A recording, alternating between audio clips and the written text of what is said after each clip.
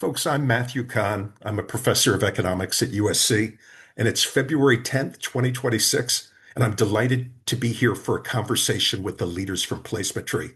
Guys, can you introduce yourselves? And we're going to talk about insurance and what Placemetry can teach us and the insurance industry to help protect our neighborhoods and to help insurers thrive.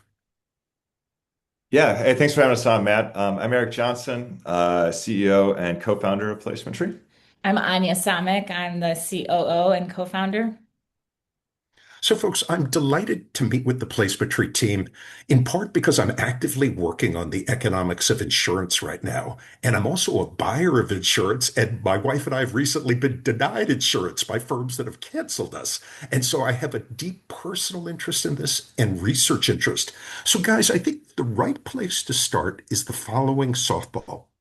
Can you tell me about the world of insurance just a few years ago? If placemetry didn't exist, what's the missing data problem? What do insurers want to know about residential properties that they're thinking of insuring and or are already insuring? Is there an asymmetric information issue? What do the households know? And how in the past before placemetry was information shared with insurers? Did they have drones back then? If they knew that they didn't know what precautions the home owner has taken, how did they go about making profits here? Yeah, so I think the key component of insurance, right, is to accurately price risk. So if we think about that, what they're trying to do is get information for risk pricing. And without getting in the weeds too much here, right? There's a bunch of different ways you could price risk on properties. Obviously, in California here, one of the big ones is, the probability of being struck by a fire. When I was in Alabama, it was hurricanes, tornadoes, things like hail, so weather events like that. A lot of these things are actually really dependent upon the actual quality of the structures, right? So, what's the roof like on the house? What does it look like in terms of how close are the trees to your house, both for fire as well as wind or hurricane? And so there's all sorts of risk things that are dependent upon the actual, obviously, the capital that's on the house. In the last like ten years or so, we've seen an increase in data from aerial imagery. So actually airplanes flying over properties and flying over entire swaths of the country. We see that in California. Saw it a lot in Alabama when I was there. They'd have what they called blue sky data, which was like the baseline data, and then the gray sky data was like right after an event. And what you could see there was basically two things. Beforehand, you could see really focusing on trees, right? Was are there trees close to the house? If so, that's a risk. And then after the event went through, you could get somewhat of an idea, depending on the resolution, about did a tree fall in the house, right? What's the roof look like? So you could do some of this stuff, kind of these big things to divert resources and to help the cleanups. I think what we do is give really, really nice high resolution data on the ground, right? So we can really see like what type of tree is there? How close is a tree? Is there any other brush? Is that thing we see from the sky a child's bike or a fire, a risk of fire in the front yard? So on that dimension. And then the second dimension, of course, is the ex post, the gray sky sort of stuff. After there's an event, we can go in and do some really nice measurement. But I guess my point here is like we're trying to price risk in general in insurance. And more data is always better. In California, there's some restrictions on what data you can actually use as well, which I won't dive into too much right now. But yeah. So this And is a Anya, to tee this up for you, to remind our listeners, and this is our second meeting, Placemetry's expertise is driving cars with terrific cameras through neighborhoods. And so, Anya, what can that detect? Building on what Erik was saying, what's the secret sauce here of how this improves insurance as a product because you guys are collecting this information? Sure. So I think the going back to your first question about the data gap, previous to having any data at all, including aerial data, the homeowners had much more data about their property than the insurers did. And so you might know that you're someone who is mitigating your risk, your fire risk, but the insurance company doesn't know this, and so they're not able to identify you as an insurable person and may drop you for that reason. And so the better data we have, kind of the better we can identify the people that are safe to insure, and the better we can identify the people that we could nudge into making mitigation efforts to insure. And so what we do is we can very quickly and efficiently collect street level pictures of every property. And we collect 3 pictures of each property as we drive by, and then use our AI models to evaluate the types of things that an insurer would care about if they were going to consider a property insurable or not. And this is going to include defensible space. So this is how far away vegetation or wooden fences are from the property.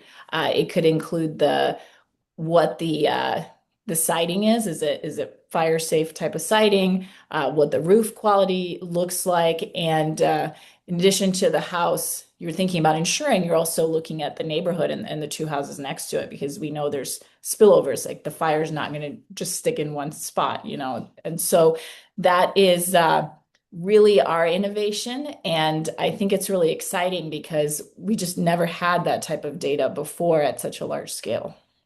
Anya, let me pick up on that. Um, all of us as PhD economists have celebrated the work by George Akerlof on the market for lemons, which intuitively, be careful when you buy a used car, that the seller knows more about the car. Anya, my softball question. If there's a home in a fire zone, is the risk the insurer faces both the property, but also the owner who has self-selected into that home? Can you walk me through what the insurer for properties that are in a fire or flood zone, what does the insurer hope that the property owner, what precautions is that owner taking? And how would, from Placemetry, can your technology be used to monitor, to inform the insurer about the baseline behavior of different property owners?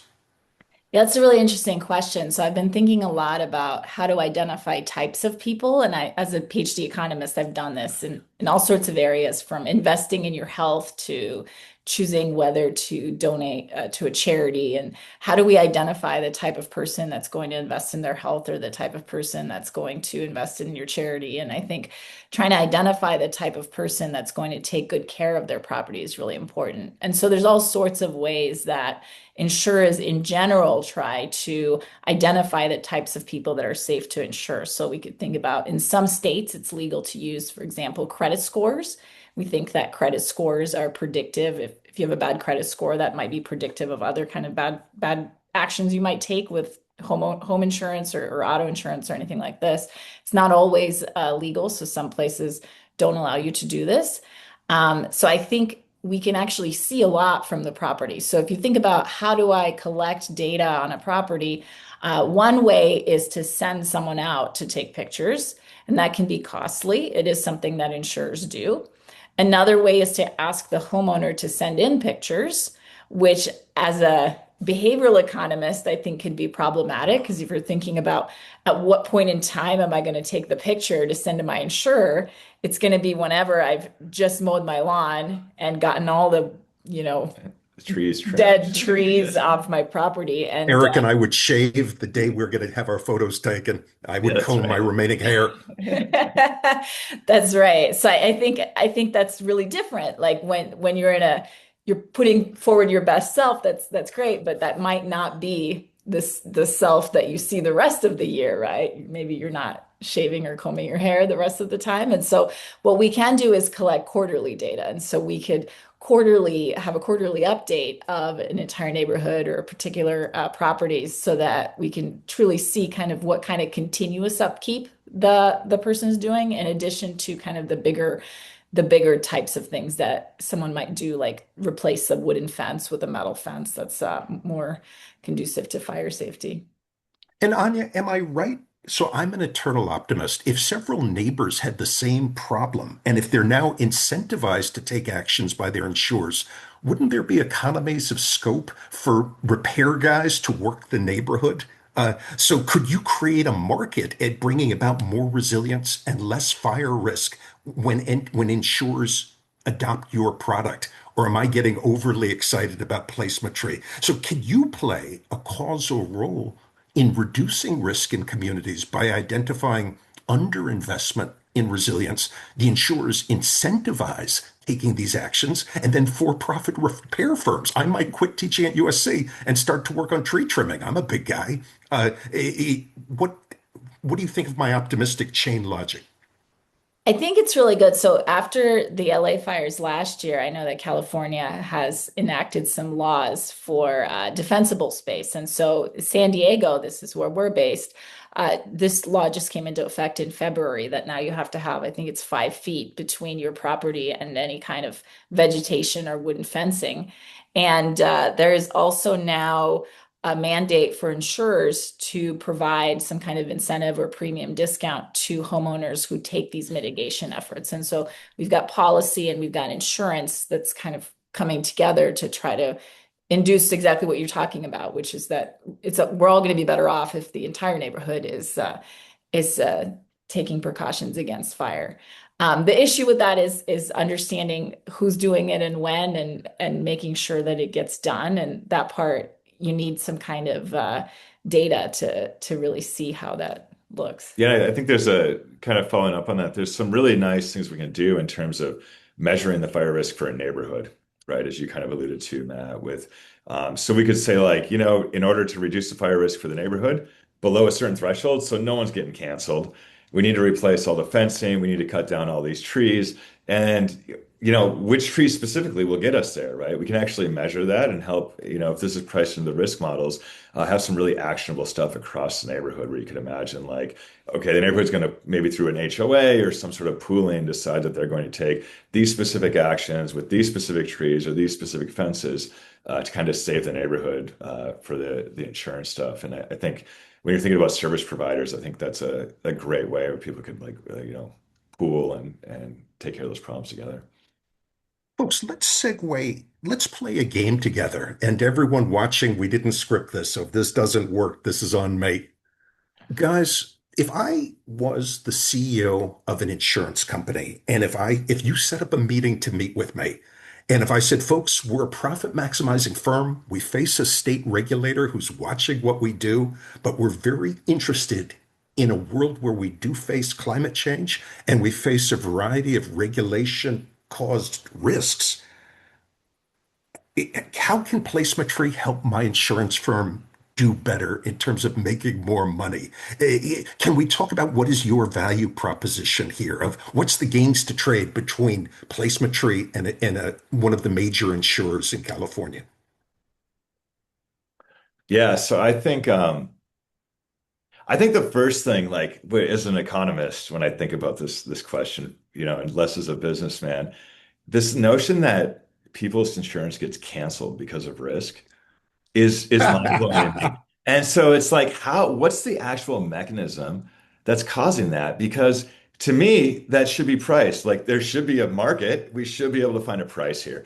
And so that to me is like this fundamental thing. And you probably have thought about this a lot more than me, quite honestly. So I'd love to hear your thoughts on it. But, if we can provide more information that allows for more differentiation on risk and allows us to price more accurately, it would seem to me that the market could figure out the price. And for an insurance company, that's great, right? That means there's less risk across properties and I can insure more properties, right? So both on this intensive and extensive margin, if you're the only insurance company in town playing with this data, that seems like a great arbitrage opportunity to be able to like really expand your business and make the existing business you have more profitable. So that's how I would pitch it to an insurance company. But yeah, And Anya, if I can set you up with your expertise in field experiments, and I know you believe in placemetry, and so do I, what would be a field experiment that you could do if you were evaluating placemetry's causal effect on improving wildfire resilience and increasing insurer profitability? That's interesting. So I've thought a lot about a different question, which is how we can use placemetry data to evaluate the impact of different strategies that insurers may use to encourage homeowners to comply with mitigation efforts. So if you think about actually there's different types of mitigation that can be done. Some is more costly, some is less costly. And there's also different types of people, some who are more willing to do mitigation and others who aren't. And so trying to identify the low-hanging fruit essentially is using our data to identify the households who, could come into compliance with very little effort and then targeting exactly this. So sending personalized, as a behavioral economist, I'm all about how do we get the letter in their hands that's going to make them change, So a personalized letter with a picture of their house and exactly highlighted, look at, you've got this bush right here, just like cut the bush down and it's going to allow us to insure you. And then maybe some other household needs much more work. And so for that household, you need to personalize a different behavioral nudge. And that might be, we need to give you a premium discount on your insurance because it's going to be much more costly for you to replace that fence. And so identifying exactly what every person needs done efficiently and then targeting that intervention to that person can also save money because we can now kind of differentiate the people. So I've got to, if you don't mind, I just need to step back a moment. And as someone who's been hyper focused on measuring things in the urban environment for close to a decade now, and really interested in solving problems in cities, this behavioral component is absolutely fascinating to me. And the more I think about it, the more important I really believe it is. And I think why we're so lucky to have Anya working on this. As an economist, right, we think about like monetary policy and stopping things like financial meltdowns, financial crises, right? We've done a ton of work on this, and I think, as of today, we're doing a pretty good job as economists on a lot of this. The place where we can really stop things like a fire ripping through Los Angeles is a fundamental failure of government policy, behavioral policy, right? It is basically a crisis. It's a meltdown. It's a cascading crisis. And I think by using behavioral policy, right, how do we intervene early to stop these kind of cascading events from happening is really exciting. I think it means a lot for insurance, but I also think it means a lot for cities. And I think having Anya's brain on this is like gives us hope that, maybe there are small interventions we can do to like how much do we have to do to stop a cascade? And I think that's like I love big it. picture, really interesting. Anya, if I can pick up there, I want to sketch a field experiment and I want you to reject it if it's B minus material. If I was partnering with you guys and I want to, and we already are starting to do some exciting research together. If we took a bunch of homes that were in roughly the same wildfire zones, and if we randomized across them, if we partnered with an insurer, and if we randomized across them, that the insurer just be under business as usual for the control group of how they nudge these guys to take precautions versus the placemetry customized nudge report, would that difference in the average treatment effect on building a more resilient home and greater profits for the insurer, would that be a kosher test of part of the value added of placemetry? Yeah, absolutely. So I think if we can build out nudges and then evaluate the impact, that would be good. That would be the right thing to do. I think the nudges I think that would be really interesting to study actually are social norms. And so if we could have data on an entire neighborhood and tell people, look, your neighbors have cleared their vegetation, you haven't, and you're causing this externality. And if you come into compliance, everybody will be able to be insured. I think these are the types of nudges that are clever and interesting and haven't really been explored very much. I think So let's pick incentives up on usually that. work as well, but Anya, I'm sorry, but I'm the oldest person on the call, and I know I would forget my question if I don't butt in.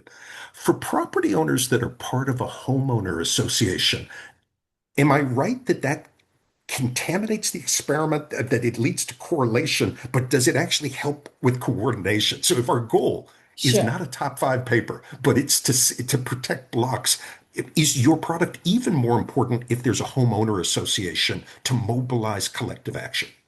I think so. So with a homeowner association, you could imagine mandating the entire neighborhood. I mean, if they vote that this is what they want to proceed with, they could mandate fixes. They could identify what fixes need to be made. You could imagine having a neighborhood level risk score that you could establish based on kind of each property and the vegetation on each property or the wooden kind of structures. And then what you could do is because it's very costly for one home to do these mitigation efforts, you could imagine the homeowners association identifying using our data to figure out what are the kind of 10 things that need to be done. And maybe they're concentrated on a couple of properties, but then coming together and agreeing to pay for each person to pay into a I fund love it. that they could then That would fix. That would overcome, be as that would you know, overcome a that lot of issues. And I think that's harder to do now because we haven't really been able to quantify the risk level of a neighborhood quite so well. Um, you might, as an insurer, go out and visit a neighborhood and drive around and kind of say, look, it looks like, we could move these bushes here and we could do this, but we could actually quantify neighborhood level risk and work with an insurance company to identify what level of risk is acceptable and then do some counterfactual exercises with the data to bring that to look at what would be the lowest cost way essentially to bring that neighborhood into compliance and then the neighborhood could take over from there and then coordinate on that. So that's a really clever idea. I love it. Um, a genuine question. Are there trade associations of homeowner associations? Do you guys have a way to get in front of, do these guys have conferences where you could present? I want to live in a free market economy where homeowner associations aren't just saying you can't paint your house pink, that Yeah. they're thinking through out of the box strategies for getting ahead of problems like wildfire risk that they face. Um, I hope homeowner association leaders have sufficient imagination. Have you interacted with any, or that's on your to-do list? That's definitely on our to-do list. I think it's tough right now because while we have the capabilities to provide the data, we know less about what would be the level of risk that would be acceptable to a particular insurance company. And I think that uh, making these mitigation efforts or getting encouraging homeowner association to take these efforts is going to be really hard if there's not a sure kind of outcome. And so having an insurer come in and say, look, if you take these efforts, here's how we will insure you. Here's exactly what your premium will be. We guarantee, 2 years, 3 years of insurance for you if you stay in compliance. I think will be kind of the best incentive that you can have because that allows them to, again, for the homeowners to mitigate risk as well. Because I'm sure you don't want to go do a bunch of fixes on your property with the hope that maybe someone will offer you insurance. And that's again Very something we wise. can't do with data. Without the data, this is something insurance can't really do at this time. I think it's really hard. It's hard to price improvements when you can't really quantify them as easily for an entire neighborhood.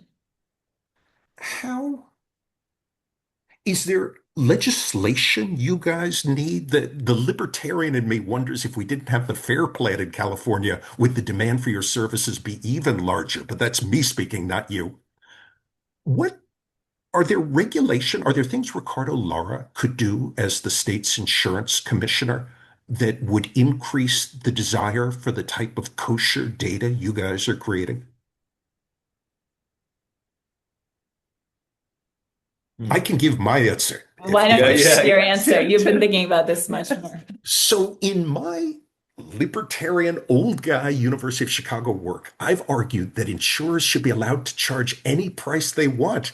Let's have competition. And if Matt's insurance company is price gouging, then Anya's company will undercut him. That if we were to uncap insurance, would I, that this would create a demand for kosher data of what you're creating, because there could be huge profits for those entities that, like Santa Claus, knows who's naughty and nice. And can Anya made a key point before of the importance of identifying types of people who are fastidious. Dora was clearing branches around our home the other day, and I wasn't helping her. So we could talk about household aggregation. She's sitting next to me, but of I sense that you guys want to reward and incentivize resilience investment and that insurers must also, but that they need ground truth data. Guys, can I ask how do you demonstrate to insurers the quality of your data? Is there a way to verify this, or you delve in with them with the quality of your AI based on the camera car photos you take? Yeah, so I think We are working with a company currently that's provided a bunch of claims data for a large state in the US where we're actually using some ground truth image data there to try to predict claims. So on that first stage of like trying to predict where you'd actually need to do stuff, that's more for hurricane, right, and storm stuff at this point. But here in California, right, obviously fire is the place that's the most salient. But really, just getting our hands on a bunch of fire data, right, and claims data, and then being able to train some of these models to do that will be able to tell us like how good are we predicting the risk with this information. So we've got the information. We're economists, we like predicting. We know how to deal with data. So I think that would be like the first stage for us in proving out that model here in California and proving value to the insurance company. So if there's an insurance company out there that wants to share some data with us, we'd be super excited to to prove that it works. Folks, I wanted one last question for today, but this has been highly informative. That's why I keep coming back. When the next disaster occurs, and unfortunately it will occur, when Placemetry's cars drive through the neighborhood, what can it capture? Does your product help to reduce fraud? So these insurers after the Altadena fire have gotten such bad press that they're demanding that Matthew report what jewelry was lost in my house and to itemize everything. And the reason these insurers do this is not to torture the victims, but to reduce fraud. Guys, is another payoff of your technology after a disaster to monitor, is it both fraud detection? Can you help expand my imagination on what your images, how do your images help an insurer after a disaster? So I think that's a really good question. So far, we've talked just about a one-shot kind of assessment of properties, but a really interesting aspect is because we can collect data quarterly or even more frequently if needed, you're always going to have a before photo of a property. And then once an event occurs, you'll get the after photo. And so that's going to help insurers immediately identify whether that tree was already on the roof of that house or had caved the roof of the house in before the hurricane, or if this happened during the hurricane. And that's going to be much more reliable than homeowner self-reports. And it's also going to reduce the hassle costs from homeowners, like you said, listing out all of these issues that have occurred is because we can now visualize that on a pretty high resolution photograph. So I think two things: one kind of reducing this fraud, and two reducing the effort cost on the consumer And I as think well. just even in terms of cleanup, having high resolution cameras go through and estimate the amount of cleanup needed is super important. So where do you put workers, where do you put resources to clean up if you're the city or FEMA or whoever it may be? That data is actually super important. And there's some weird fraud that happens. So there was a big hurricane that went through, South Carolina, I'm sure the last year and a half. And one of the big issues they had there was there were all these trees that fell down, and people realized the city was taking the trees and FEMA was paying for it. And so people started cutting down all the trees they wanted to cut down in their backyard and dragging them out to the front. And they're like, wait, this tree was not there last week, And so fraud doesn't necessarily have to be jewelry. It actually can sometimes just be like piggybacking your actions when you know someone else is going to pay for the remediation. So You are a good economist. I love it in a horrible way. yes. And Anya, this reminds me a little of Esther Duflo, the famous Nobel laureate's paper in India. If you put cameras in a classroom, the teachers show up more often of how you bring about accountability of the public sector. And so I see your technology offering several benefits and maybe more trust in FEMA, more trust in government to have verifiable benchmarks of value added in the aftermath of a disaster, and without being too over the top of increasing trust in government, which is something maybe I should have more. Folks, as we wrap up this insurance discussion, well, I actually have another question while I've got you guys. When we re-record 2 years from now, how quickly are you guys moving? Where will you be in your process a year or two from now? Or it all depends on your ability to interact with insurers? Um, Yeah, I think a lot of it just has to do with the uptake with insurance companies, right? Who can we actually get in the door and prove, right, the data works and the data is valuable? I think, we believe it is. Um, I think the other thing that's happening right now is that we get a little. I'm a huge data guy. I love grabbing data. The more data we can get, the better. So the more data we can get, right, the faster we're going to grow. And I think that's like the really the binding constraint. But the second component is that the extraction of information from data is getting better and better. So I was playing around with Claude yesterday, what is this 4.6 or whatever, and I was like just throwing pictures in it and asking it to describe things and describe the fire risk. And I mean, not to, it's totally, it doesn't know, right? And it's amazing what it's able to identify in these photos. And these models are getting better and better, right? And we're talking like, not to get too far out there, we start talking about AGI, we start talking about computer intelligence. That's the ability to take data, that information from those images and start aggregating across properties. I just think the value of this only goes up as our data processing abilities go up. So I think in 2 years, this data is going to be twice as valuable as it is now. And I hope that we have an insurance partner where we're able to provide, you know, great historical data. So any data we collect today that's worth $1, I think that data is worth $5 in 2 years. So we're in a sprint right now to collect as much data as possible. Folks, I still can't stop. So in my work with Rob Metcalf and Daryl Fairweather and Sebastian, we worked with First Street Foundation's flood scores. And these are model based, but homeowners in flood zones who take proactive steps to make their home less risky are not rewarded by the First Street model. And so I want to congratulate you guys. And I know it's early in the game, but you're taking the step as economists. Yes, there's physical risk, but that we can adapt to challenges we anticipate, but if we're incentivized to do so.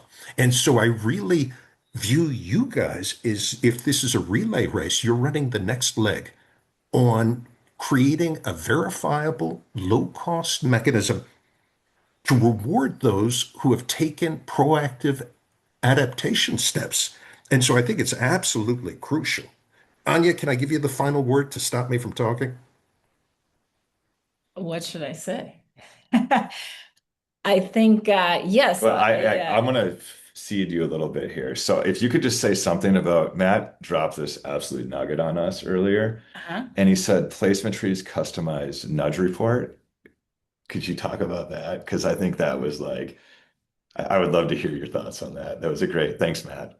Yeah, so I think just like precision medicine, you could have precision property caretaking, right? So having a nudge report that's personalized to what we can do for every person is probably is the right direction. And the behavioral aspect of insurance is has been overlooked, I think, for some time, but is absolutely essential if we're going to try to coordinate people to reduce risk on a large scale.